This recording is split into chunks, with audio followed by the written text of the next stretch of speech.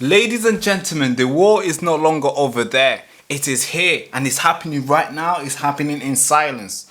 Yes, because our enemy, they're not marching in columns anymore. They are in our basements. They are waiting for us in our suburbs. They are waiting for us in our bus station. They are waiting for us in Tesco or Target, whatever you might be. They are waiting for us. They are here. And you might be thinking, Barack, are you talking about the sleeper cells? That's right, sleeper cells. But we know for a fact that many have come over with the intention of being a sleeper cell, and we've seen it recently with attacks that have been thwarted. That there are groups of people over here, and I think Donald Rumsfeld talked about the known knowns and the unknown unknowns, and this is where we're at. We don't know just exactly how many Iranians have actually been sent over here to create havoc when called upon. It started with the Operational Midnight Hammer, June 22nd, 2025. The US Air Force dropped 30,000 pound bunker busters on Iran nuclear facilities. Yes, and that includes Fordo, Natanz, and Esfahan. Trump called it a spectacular success, and Iran called it an act of war. Cool. That's what got us here. But before that happened, they received a message. The Pentagon received a message from Iran. And here's what Iran said. It warned the United States, and I'm quoting, "If you strike us," they said, "we will activate sleeper cells inside your country." That's what Iran said to the Pentagon, to the United States. According to NBC News, Iran sent a direct message to Trump through intermediary at the G7 summit. So this happened like 3 weeks, almost 3 weeks ago. Wow. And the message was very clear from Iran. You attack us and we'll unleash terror inside your border. Wow.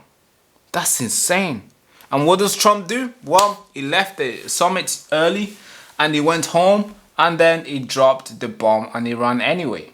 And now the United States government is scrambling on customs and border protection, issuing a memo. And here's what the memo said. The threat of sleeper cells has never been higher before. That's what they said. So this must be real. Can you assess that issue particularly? How many Iranians are in the country that are in sleeper cells trying to do bad to America right now? Well, look, you and I have talked about this many times. I said the last 4 years, my biggest concern was this open border was the biggest national security vulnerability this country's ever seen. So I pulled numbers this morning just from a CBP under Joe Biden.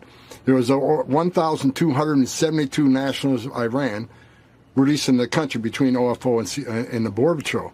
And you compare that to the Trump administration, zero. Right, zero releases.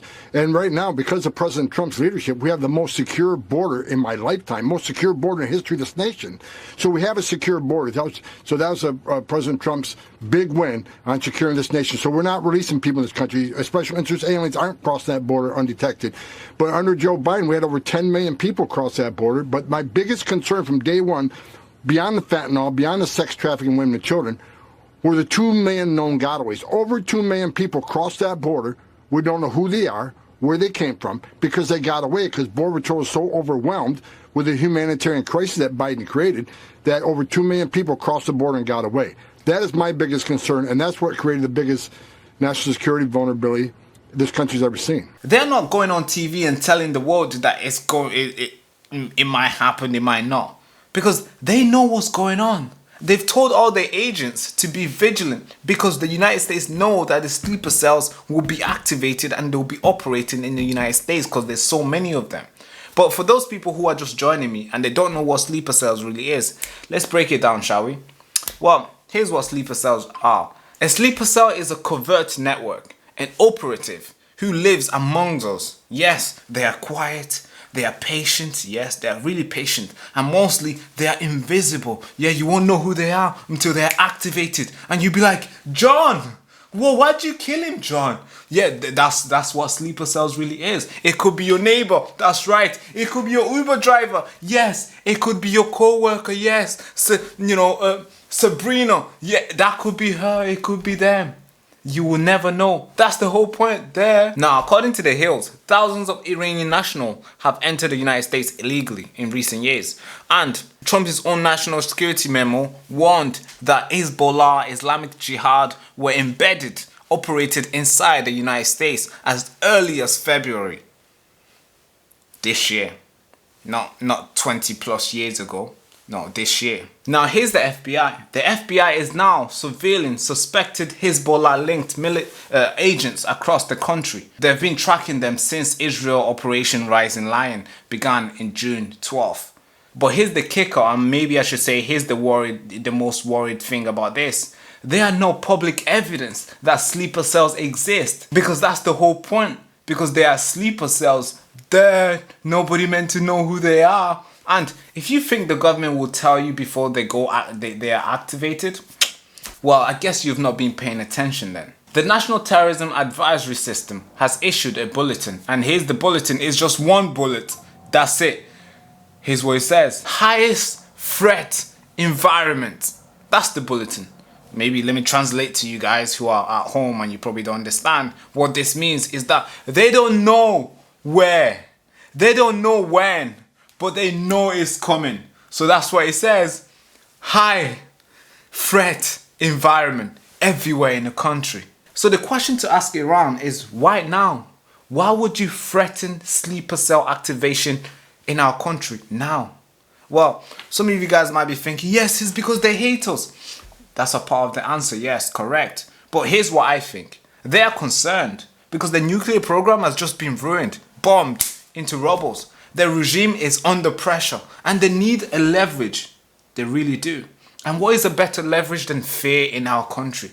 What's a better leverage than fear in our homeland, fear in our street, fear that we can go in a train and the sleeper cell might be activated and you might stab one of us, fear that the next attack will not come from Tehran but might come from Tesco, might come from Walmart, might come in churches.